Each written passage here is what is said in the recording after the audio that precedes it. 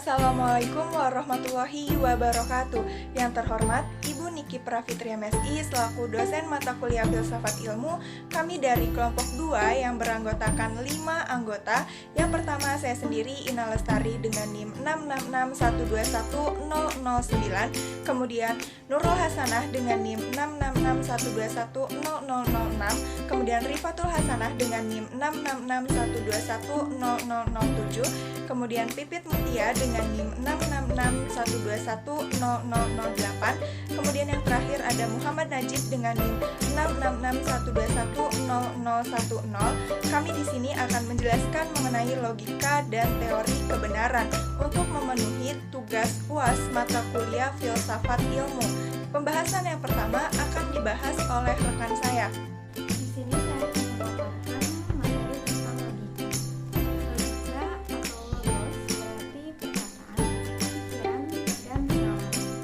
Logika juga bisa diartikan sebagai pemikiran yang diutarakan lewat kata dan dinyatakan dengan bahasa. Macam-macam logika, yang pertama yaitu logika kodatia atau alamiah. Logika ini adalah kemampuan berlogika yang sudah ada pada setiap manusia sebagai makhluk yang berakal budi. Yang kedua, logika ilmiah, yaitu kemampuan berlogika yang didapatkan secara khusus. Yang ketiga yaitu logika klasik atau tradisional. Logika ini diperkenalkan oleh Aristoteles pada abad ke-5 sebelum Masehi menggunakan lambang bahasa.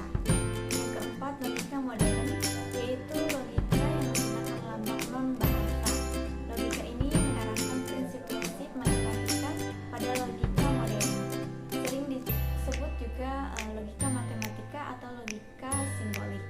Yang kelima yaitu logika formal atau bentuk, yaitu logika yang membahas kebenaran sebuah argumen dilihat dari segi bentuk.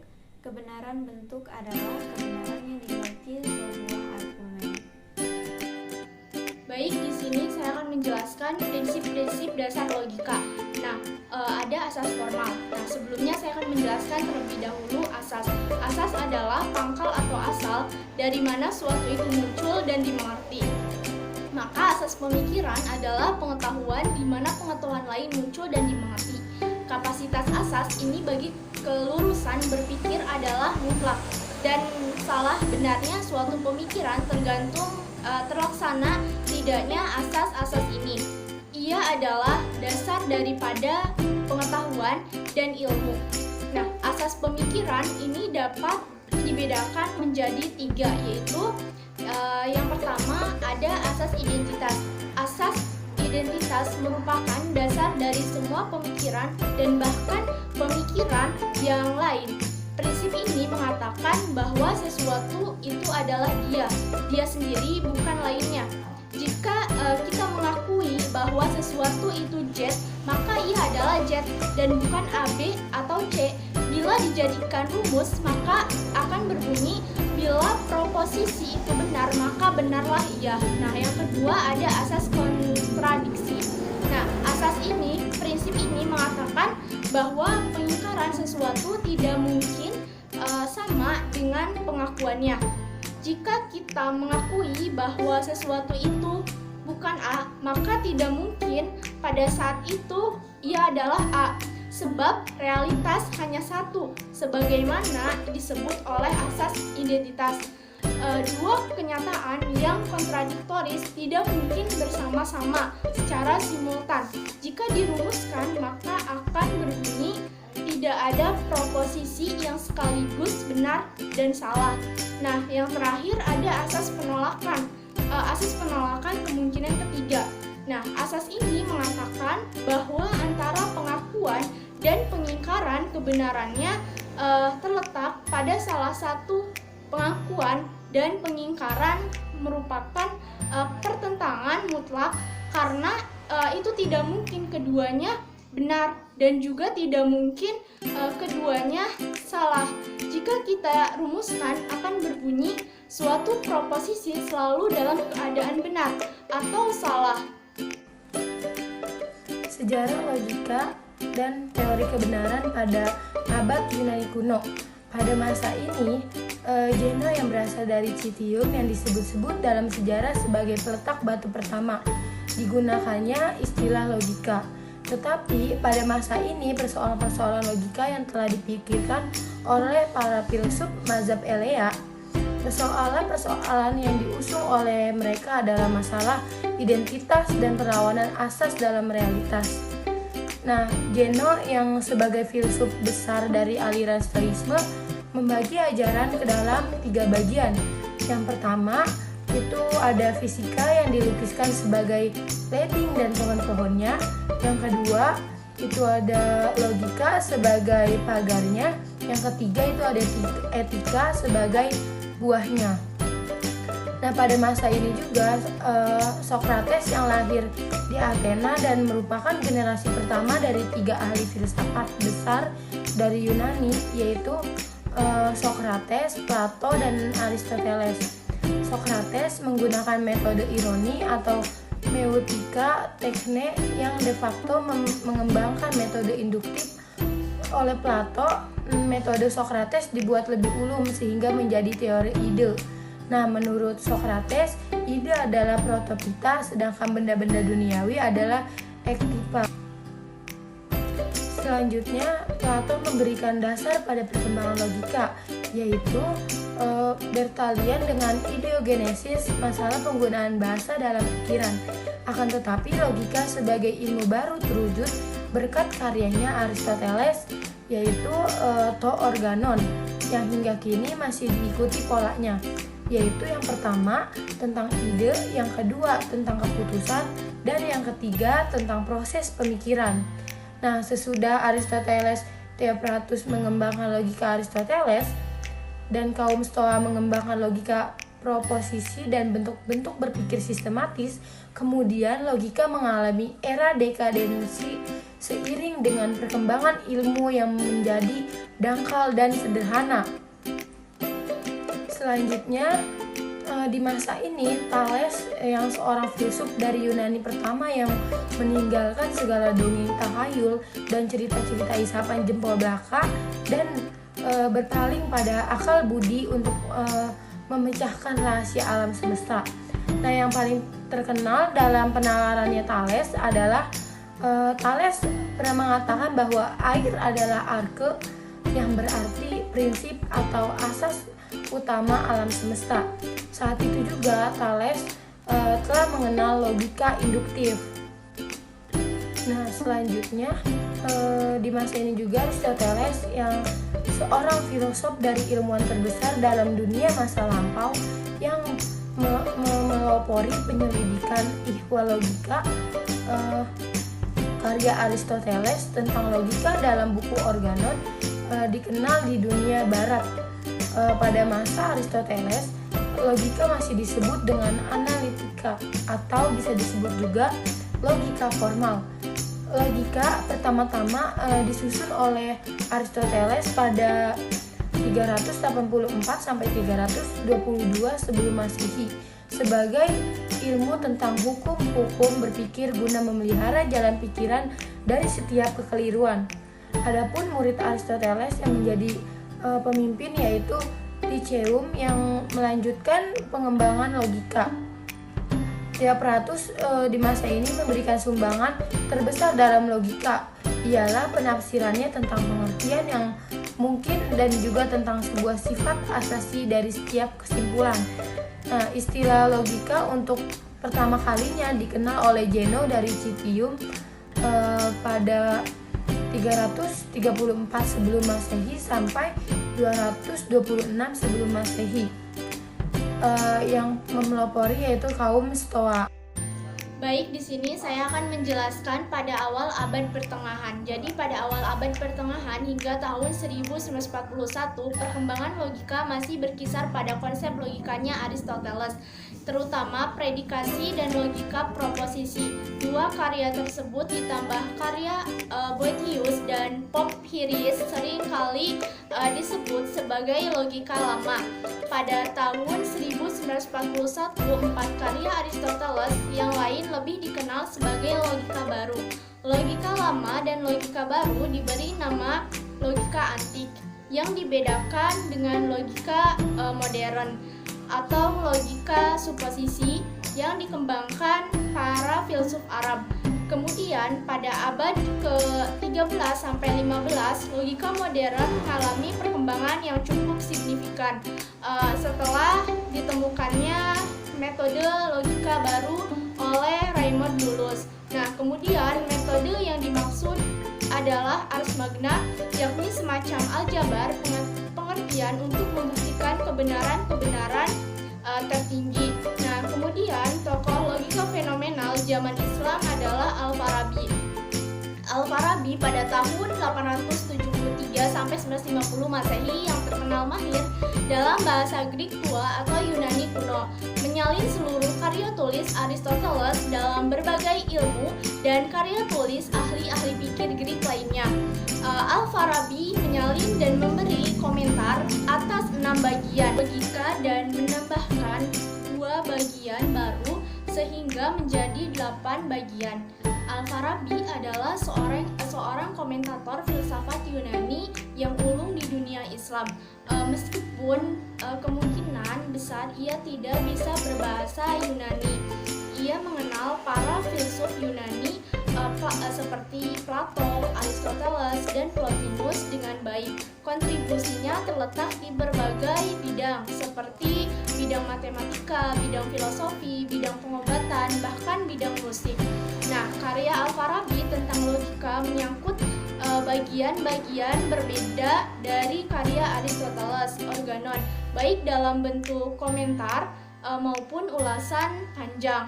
Nah, karya dalam kelompok kedua menyangkut berbagai cabang pengetahuan, filsafat, fisika, matematika, dan politik. Kebanyakan pemikiran yang dikembangkan oleh Al-Farabi sangat berafiliasi dengan sistem pemikiran Helenik berdasarkan Plato dan Aristoteles. Di antara judul karya Al-Farabi yang terkenal adalah tokoh lain cendekiawan Muslim yang terkenal mendalami, menerjemah, dan mengarang di bidang ilmu mantik adalah Abdullah bin Muqaffa, Yakub Ishaq Al-Kindi, Abu Nasr Al-Farabi, Ibnu Sina, Abu Hamid Al-Ghazali, Ibnu Rus, Al-Qurtubi, dan banyak lagi yang lain. Ini saya akan menjelaskan pada abad modern. Menurut Thomas Hobbes, meskipun mengikuti tradisi Aristoteles, tetapi ajaran-ajarannya didominasi oleh paham nominalisme, yaitu pemikiran yang dipandang sebagai suatu proses manipulasi tanda-tanda verbal dan mirip operasi yang dipandang sebagai suatu proses manipulasi tanda-tanda verbal dan mirip operasi matematik. Nah, kemudian menurut Descartes, logika ternyata perlu dilengkapi oleh metode lain, yaitu analisis geometri dan aljabar ala Descartes yang mempunyai kelebihan sebagai berikut, yaitu tidak terima apapun sebagai benar kecuali kalau diyakini sendiri bahwa itu benar. Memilah masalah menjadi bagian-bagian terkecil untuk mempermudah penyelesaian, berpikir runtut dari yang paling sederhana sampai yang paling rumit. Nah, perincian yang lengkap dan pemeriksaan menyeluruh diperlukan supaya tidak ada yang terlupakan. Selanjutnya, menurut John Stuart Mill, mengusung metode induktif seperti halnya F. Bacon, tetapi bagi Mill tujuannya untuk menemukan hubungan kausalitas fenomena bagi Mill, sebab suatu kejadian dimaknai sebagai seluruh jumlah kondisi positif dan negatif yang diperlukan. Kemudian, metode Mill berdasarkan pada 2 asumsi, yaitu tiada faktor yang dapat merupakan sebab dari suatu akibat jika faktor tersebut tidak ada suatu akibat tadi terjadi. Kedua, tiada faktor dapat merupakan sebab dari suatu akibat jika faktor tersebut ada dan akibatnya tidak terjadi. Kemudian, Mill menjelaskan metode induktifnya ke dalam 5 golongan, yaitu yang pertama ada metode mencocokkan.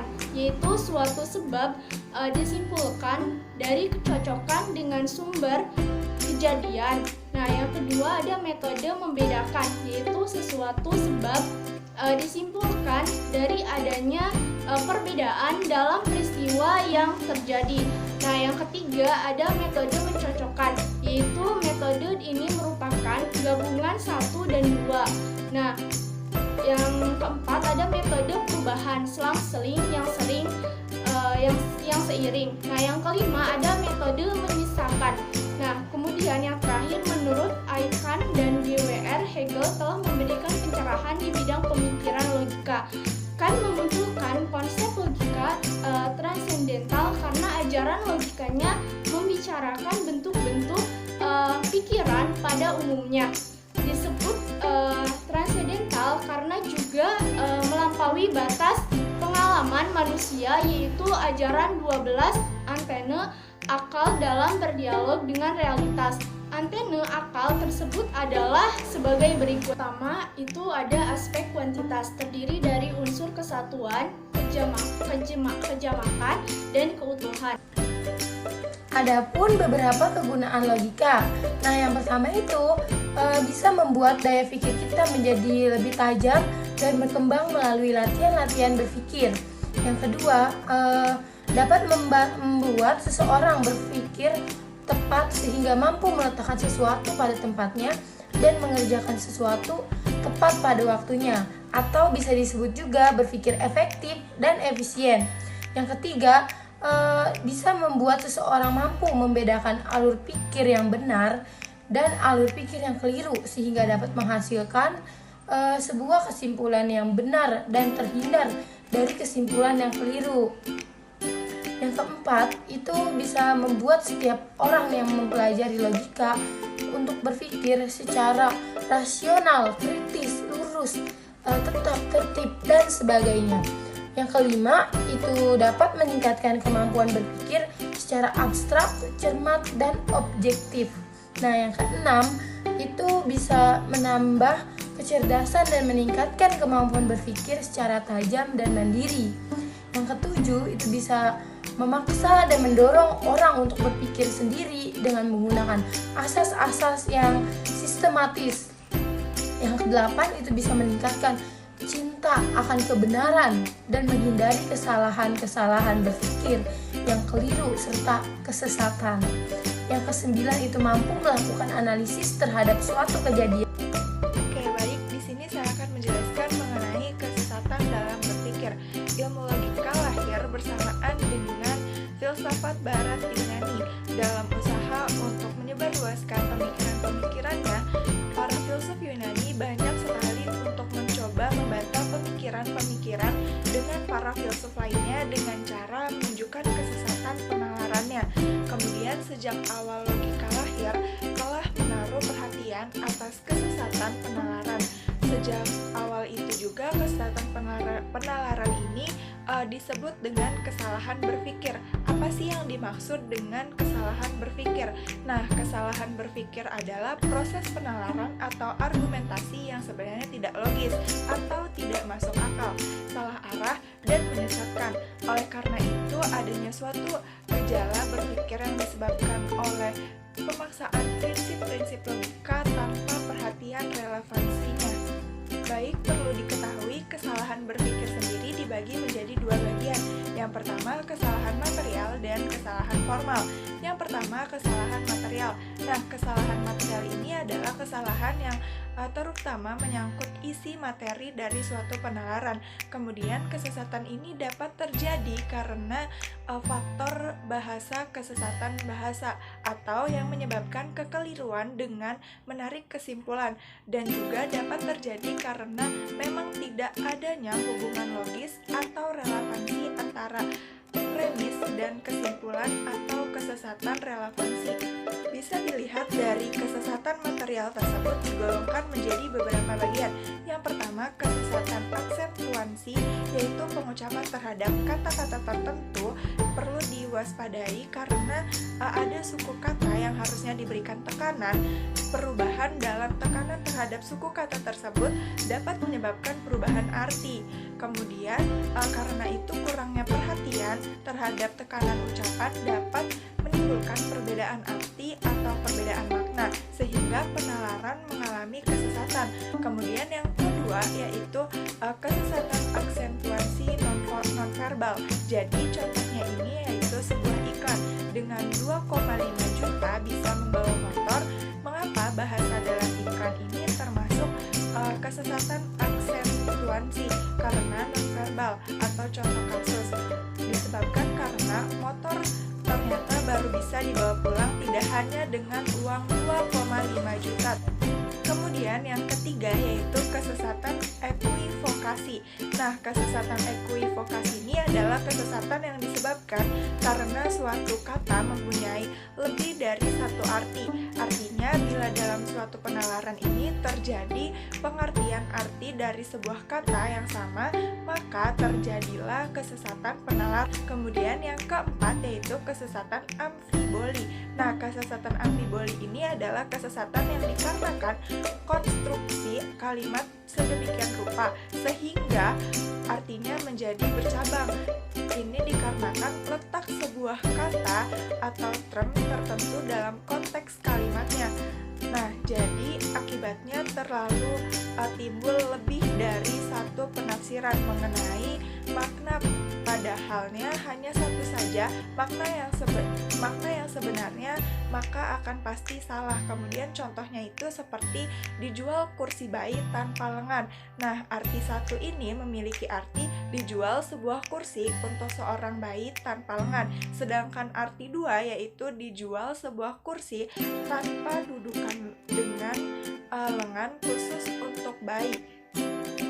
Yang kelima adalah kesesatan metaforis. Nah, kesesatan metaforis ini yaitu kesesatan yang terjadi karena pencampuran atau pencampur adukan arti kiasan dan arti sebenarnya. Jadi, artinya terdapat unsur persamaan dan sekaligus perbedaan antara kedua arti tersebut. Selanjutnya, kesesatan yang kedua yaitu kesesatan formal. Nah, kesesatan formal ini adalah suatu kesesatan yang dilakukan karena bentuk forma dari penalaran yang tidak tepat atau tidak sahih. Oleh sebab itu, kesesatan ini terjadi karena pelanggaran terhadap prinsip-prinsip dari suatu logika mengenai term dan proposisi dalam suatu argumen atau lihat hukum-hukum sosiologisme. Selanjutnya yaitu macam-macam kesesatan dari formal. Nah, macam-macam kesesatan formal ini dibagi menjadi beberapa bagian. Yang pertama yaitu kekeliruan karena menggunakan patrem atau kekeliruan berpikir karena menggunakan patrem ini dalam sosiologisme terjadi karena term menengah diartikan ganda. Kemudian sedangkan yang seharusnya terdiri dari 3 term seperti semua perbuatan menggunakan orang lain. Kemudian yang kedua yaitu kekeliruan karena kedua term menengah tidak mencangkup. Contohnya yaitu seperti kekeliruan berpikir karena tidak satupun dari kedua term penengah mencangkup. Orang yang terlalu banyak belajar kurus, dia juga khusus sekali, karena itu tentu dia banyak belajar. Kemudian yang ketiga yaitu kekeliruan karena proses tidak benar. Nah, kekeliruan dari berpikir karena term premis ini tidak mencangkup tapi dalam konstruksi mencangkup, seperti halnya kuda adalah binatang, sapi bukan kuda, jadi ia bukan binatang. Kemudian yang keempat yaitu kekeliruan karena menyimpulkan dari 2 premis yang negatif. Jadi kekeliruan berpikir karena mengambil kesimpulan dari 2 premis yang negatif ini sebenarnya tidak bisa ditarik konklusinya, seperti halnya contohnya adalah tidak satupun barang yang baik itu murah dan semua barang di toko adalah tidak murah, jadi semua barang di toko. Kemudian yang kelima yaitu kekeliruan karena mengakui akibat. Jadi kekeliruan dalam berpikir dalam sosiologisme ini atau hipotetika karena membenarkan akibat kemudian membenarkan sebabnya. Seperti halnya contohnya yaitu bila pecah perang, harga barang-barang naik. Nah, sekarang harga barang-barang naik. Jadi, perang telah pecah. Kemudian yang keenam yaitu kekeliruan karena menolak sebab. Nah, kekeliruan karena menolak sebab ini kekeliruan berpikir dalam sosiologisme atau hipotetika karena mengingkari sebab. Kemudian disimpulkan bahwa yang keenam yaitu kekeliruan karena menolak sebab. Dari kekeliruan berpikir dalam sosiologisme, hipotetika karena mengingkari sebab. Nah, kemudian disimpulkan bahwa akibat juga tidak terlaksana. Contohnya yaitu bila datang elang maka ayam berlarian. Sekarang elang tidak datang jika ayam tidak berlarian. Yang ketujuh yaitu kekeliruan disjunktif. Nah, kekeliruan berpikir dalam silogisme ini disjunktif karena mengingkari alternatif pertama, kemudian memberikan alternatif lain. Jadi, menurut patokan meningkatkannya alternatif pertama bisa juga tidak terlaksana alternatif yang lain. Seperti halnya contohnya yaitu dari menulis cerita atau pergi ke Surabaya, dia tidak pergi ke Surabaya, jadi dia tentu menulis cerita. Kemudian yang kedelapan yaitu kekeliruan karena tidak konsisten. Nah, kekeliruan tidak konsisten ini kekeliruan berpikir karena tidak runtutnya pertanyaan yang satu dengan pertanyaan yang diakui sebelumnya. Seperti halnya contohnya yaitu Tuhan adalah Maha Kuasa. Karena itu ia bisa menciptakan Tuhan lain yang lebih kuasa dari dia. Pembahasan selanjutnya yaitu pengertian dari kebenaran atau teori kebenaran. Nah, secara epistemologis sebagai cabang dari ilmu filsafat yang mempelajari batasan-batasan pengetahuan dan asal-usul pengetahuan serta terdapat pada kriteria kebenaran. Kata epistemologis ini berasal dari bahasa Yunani yang terdiri dari dua kata yaitu episteme yaitu pengetahuan dan logos yaitu ilmu pikiran atau percakapan. Nah, jadi epistemologis ini merupakan ilmu percakapan tentang suatu kebenaran atau suatu ilmu pengetahuan atau juga ilmu pengetahuan pokok. Kemudian persoalan dari kajian epistemologi adalah sumber asal mula dan sifat dari pengetahuan dan bidang atas jangkauan ilmu pengetahuan tersebut.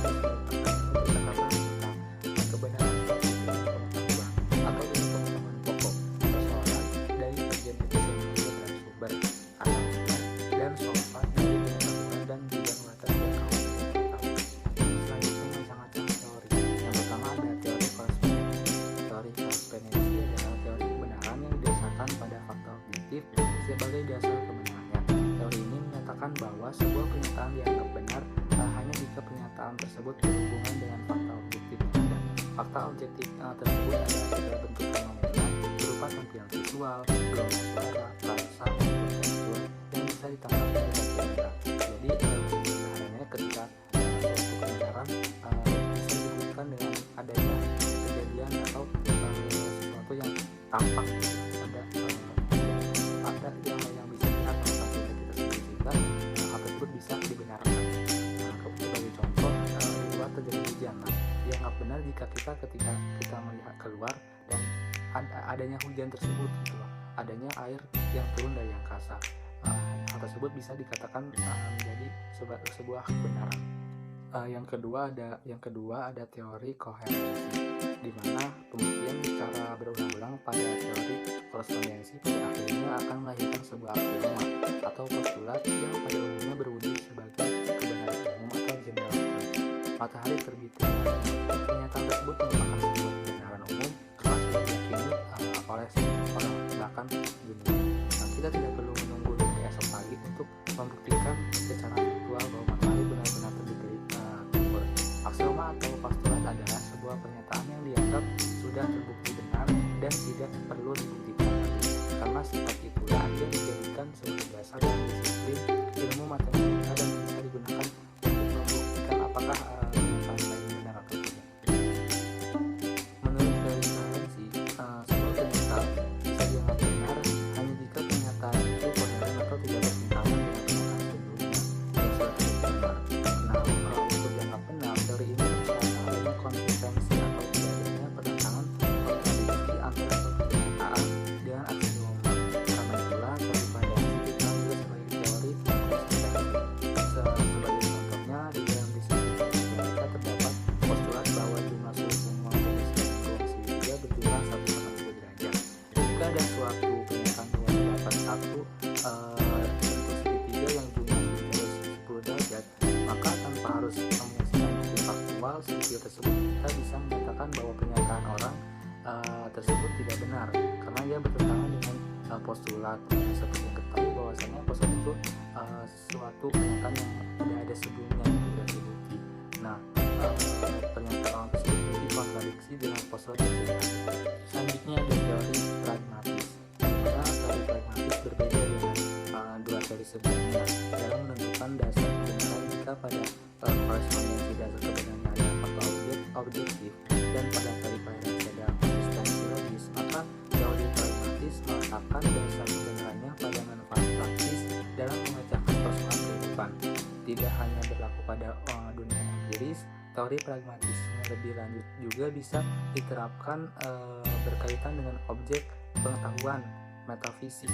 Teori ini muncul sebagai kritik terhadap kaum positivis yang menganggap pernyataan metafisik sebagai pernyataan yang tidak bermakna atau meaningless karena ia tidak memiliki dasar faktual di dunia empiris. Menurut kaum pragmatis, pernyataan metafisik bisa menjadi pernyataan yang benar selama ia memiliki manfaat dalam kehidupan.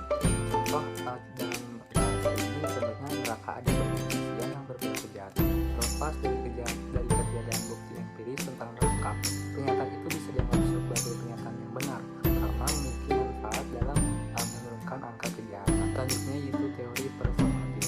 Teori kebenaran performatif muncul dari konsepsi J.L. Austin yang membedakan antara ujian kuantitatif dan ujian performatif.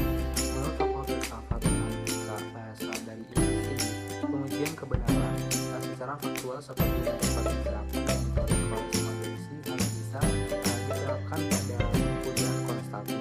Ucapan kuantitatif adalah ucapan yang mengandung sesuatu yang kuantitatif dan ujian itu sehingga ia memiliki konsekuensi untuk dirumuskan. Selanjutnya teori konsensus. Teori kebenaran konsensus pada awalnya jelas pada Thomas Kuhn, seorang ahli sejarah ilmu pengetahuan dan penulis buku The Structure of Scientific Revolutions. Ini menyatakan bahwa ilmu pengetahuan berkembang dengan beberapa tahapan. Pertama, ilmu pengetahuan berada pada kondisi sebagai normal sains jika ia diterima oleh masyarakat berdasarkan konsepsi kebenaran dunia. Pada perkembangannya akan muncul beberapa anomali yang membuat konsepsi kebenaran tersebut dipertanyakan keabsahannya. Selanjutnya akan terjadi revolusi ilmu pengetahuan yang juga menyebabkan pergeseran paradigma dalam masyarakat dunia. Singkat kata, perkembangan ilmu pengetahuan ditandai dengan adanya pergeseran paradigma yang digantikan oleh paradigma baru. Pergeseran tersebut ditentukan oleh penerimaan masyarakat terhadap sebuah paradigma dan konsepsi kebenaran. Berdasarkan konsepsi Kant maupun di atas, sebuah teori ilmiah dianggap benar sejauh ia mendapat dukungan atau mendapat kesepakatan konsensus dalam masyarakat ilmiah terhadap kebenaran teori tersebut. Inilah yang disebut teori kebenaran konsensus. Teori ini selanjutnya dikembangkan juga oleh Jürgen Habermas melalui konsep pemikirannya tentang komunikasi rasional senada dengan Kuhn. Menurut Habermas, kebenaran sebuah pernyataan ditentukan oleh ada tidaknya kesepakatan di antara partisipan maksimal komunikatif dalam sebuah diskursus. Baik, selanjutnya saya akan sedikit menjelaskan aplikasinya dalam masyarakat. Nah, berbagai teori kebenaran yang telah dipaparkan sebelumnya sekali lagi menunjukkan pluralitas kebenaran dalam filsafat. Adanya berbagai standar kebenaran selayaknya membuat masyarakat tidak lagi memandang varietas kebenaran dalam sebuah pernyataan dalam oposisi benar hitam putih, benar salah. Ada kemungkinan bahwa kebenaran dalam sebuah pernyataan bersifat gradatif. Semakin banyak ia sesuai dengan teori kebenaran yang ada, maka semakin tinggi validitas kebenaran yang dikandungnya. Demikian juga sebaliknya. Tantangan selanjutnya yang akan dihadapi adalah sejauh mana teori-teori kebenaran tersebut bisa diaplikasikan dalam menyaring berita palsu. Nah, tentu saja penerapan teori-teori tersebut bergantung pada kondisi objek kebenaran itu sendiri. Teori korespondensi misalnya bisa diterapkan selama objek kebenaran tersebut terjual dan bisa diakses secara langsung melalui pencarian. Jika tidak bisa diakses langsung, masih terdapat opsi teori kebenaran lain yang bisa diterapkan untuk mengetahui sebuah kebenaran. Terima kasih. Ini yaitu studi kasus logika, yaitu manusia bisa bertahan tanpa minum selama 1 bulan. Nah, pernyataan tersebut jelas tidak masuk akal karena nyatanya manusia normal bisa bertahan hanya selama 3 sampai 4 hari tanpa minum. Itu pun dipengaruhi oleh faktor usia, kesehatan tubuh, cuaca, dan lainnya. Jadi, tanpa minum, apalagi sampai 1 bulan, itu akan mempengaruhi kesehatan manusia itu sendiri. Selanjutnya, saya akan menyimpulkan dari pembahasan sebelumnya mengenai logika dan teori kebenaran. Jadi, dapat disimpulkan bahwa logika dapat diartikan sebagai pemikiran atau suatu penalaran. Logika terdiri dari 8 macam logika. Kemudian logika sendiri memiliki prinsip-prinsip dasar. Nah, prinsip dasar tersebut disebut dengan asas logika formal. Kemudian asas logika ini dapat diartikan sebagai suatu pangkal atau asal dari mana suatu itu muncul dan dimengerti. Kemudian asas sendiri dibagi menjadi 3. Yang pertama yaitu asas identitas, kemudian asas kontradiksi, yang terakhir asas penolakan kemungkinan ketiga. Kemudian kemunculan logika ini terjadi atas beberapa abad. Yang pertama yaitu abad Yunani kuno, kemudian abad pertengahan, kemudian abad modern. Logika sendiri memiliki suatu kegunaan, salah satunya adalah membuat daya pikir menjadi lebih tajam dan berkembang. Kemudian melalui latihan berpikir juga dari suatu permasalahan dalam logika, yaitu kesalahan berpikir. Kesalahan berpikir sendiri dibagi menjadi 2, yaitu kesalahan berpikir material dan kesalahan berpikir formal. Kemudian teori kebenaran. Nah, teori kebenaran ini secara epistemologi adalah suatu hal yang mempelajari batasan dari suatu ilmu pengetahuan dan asal-usul pengetahuan serta terdapat pada kriteria suatu kebenaran. Kemudian teori kebenaran sendiri dibagi menjadi 5 bagian, yaitu teori korespondensi, teori kohensi, dan teori pragmatisme, kemudian teori performatif. Baik, mungkin itu saja yang dapat kelompok kami sampaikan mengenai logika dan teori kebenaran. Kurang lebihnya mohon maaf. Wabillahi taufiq wal hidayah. Wassalamualaikum warahmatullahi wabarakatuh.